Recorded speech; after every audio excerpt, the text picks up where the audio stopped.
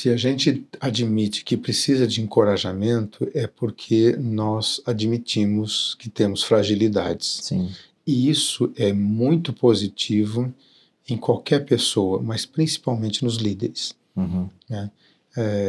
Nós temos visto muito na história contemporânea e até do passado, por registros, né, livros e tudo mais, de líderes, inclusive de líderes famosos, né, que abriram o coração para falar das suas fragilidades, né? Pregadores de séculos passados como Spurgeon, que enfrentou uma depressão, pregadores do tempo presente que admitiram estarem num momento de depressão ou até mesmo enfrentando um burnout, que é o esgotamento pelo trabalho. Então, se a gente admite que precisa de encorajamento, é porque nós reconhecemos que temos algumas limitações.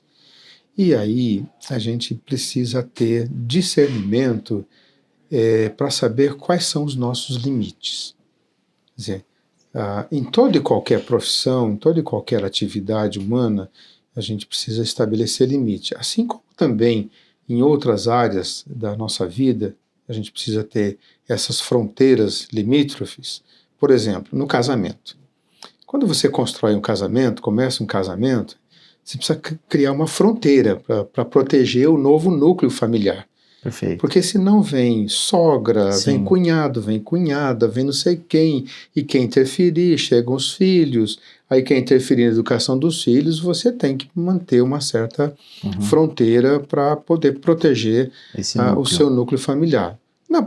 Nas nossas profissões, a gente também tem que estabelecer esses limites. E de que limites a gente está falando? De intensidade de trabalho, de envolvimentos exagerados com instituições, né? E líderes têm uma característica interessante, né? Especialmente líderes pastorais. Parece que quanto mais eles veem a agenda cheia, mais eles se sentem úteis. É uma coisa interessante. É o doce fardo de ser útil. É o doce fardo de ser útil, de se sentir útil e de acreditar porque alguém falou que você é útil. Aquele orgulho de mostrar a agenda. Né? A agenda, não, mas eu não tenho mais agenda. Nós temos aí líderes que, se você for convidar para fazer uma palestra ou para ir na sua igreja, você vai ter uma agenda de 3, 4 anos.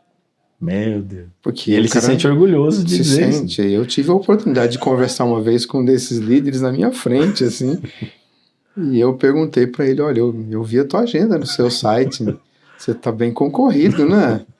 Eu falei, e a família vai bem? Oh, meu Deus. Tem tempo para a família? Esse é um dos cuidados, esse é um dos limites, né?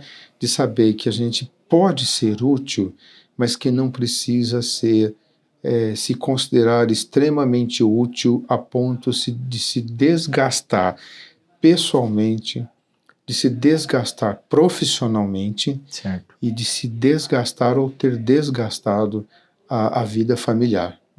Né? Então, essas são questões importantes de um tema que é muito caro hoje, não só dentro da vida pastoral, mas também no mundo profissional, no mundo corporativo, que são os cuidados de si. O quanto você se desgasta com o seu trabalho para cuidar dos outros. Né? Principalmente nas relações de cuidado. Pastores, médicos, enfermeiros, policiais, bombeiros, que são profissões de alto risco e de um nível de estresse muito maior do que outras profissões. Lida com vidas, lida com almas, lida com pessoas machucadas fisicamente ou sentimentalmente, emocionalmente, né?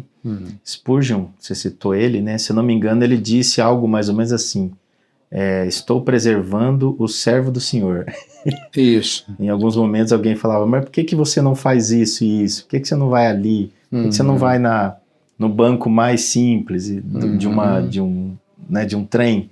Ele, não, estou preservando o servo do Senhor. Tem uma história interessante, se me permite. Claro, é importante. De um pastor que foi chamado bem na hora do almoço para ir atender uma discussão de família. Certo.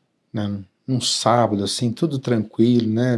liga a pessoa e fala, pastor, vem aqui, vem socorrer a gente, o pessoal está brigando lá na porta da casa, né? E o pastor diz assim, por que vocês estão brigando na porta de casa, né? Qual é o testemunho que vocês estão dando para os vizinhos, né? Vocês são cristãos, né? Por que vocês não entram e ficam dentro de casa e se conversam, né? Não, mas é que o povo está difícil, não sei o quê, né? Pastor, o senhor pode vir aqui? Não, agora eu não posso, porque agora eu estou no meu horário de almoço. Né? E não, mas o senhor é o nosso pastor. É verdade, eu sou o pastor de vocês, mas nesta hora tudo te faltará. Nesse momento tudo te faltará, porque eu não vou deixar o meu almoço para resolver esse tipo de questão. Vocês se ajeitam aí, à tarde eu passo aí para a gente conversar, dizia o pastor, sim, sim. E a gente toma um café todo mundo junto e tudo se ajeita. Não e o pastor vai rir, almoçar, né? Não tem como rir, né? E o pastor vai almoçar tranquilamente, passa a tarde na casa da família, está todo mundo tranquilo, ele toma um café, e aí, está tudo certo? Está tudo certo, então amém, irmãos, Deus abençoe, vocês se entendam para não ter mais esse tipo de problema. Esse é um limite que a gente precisa dar muitas vezes, porque você tem que ter o discernimento, o pastor, o líder, para saber em que momento ele pode se doar para atender uma real necessidade. Sim. Porque existe muito apegos, né? Muitas pessoas que... Eu vejo isso às vezes em fila de posto de saúde. Pessoas que são frequentes ali, né? Então eles vão toda semana, quase todos os dias eles estão ali. E aquela necessidade de ser atendido pela enfermeira ou pelo próprio médico, e às vezes é mais uma carência interna, né? A gente está falando do burnout, a gente está falando da ansiedade, a gente está nesse tema. A gente percebe o quanto as pessoas têm essa necessidade, e é uma carência essencial, vem da carícia, né? Da falta da carícia essencial, que aí nós, igual criancinha, a gente começa a fazer artes para a gente alcançar chamar atenção, para conseguir satisfazer esse vazio que está em nós. Então, quando a gente busca isso, às vezes não de forma consciente, a gente começa a buscar de forma que, por exemplo, uma discussão, vou chamar meu pastor, vou chamar o pastor, vou chamar esse, vou falar para fulano, hein? Então, a necessidade não é nem ali porque estão brigando, mas é porque querem, né, uma presença, chamar a atenção de alguém. Isso.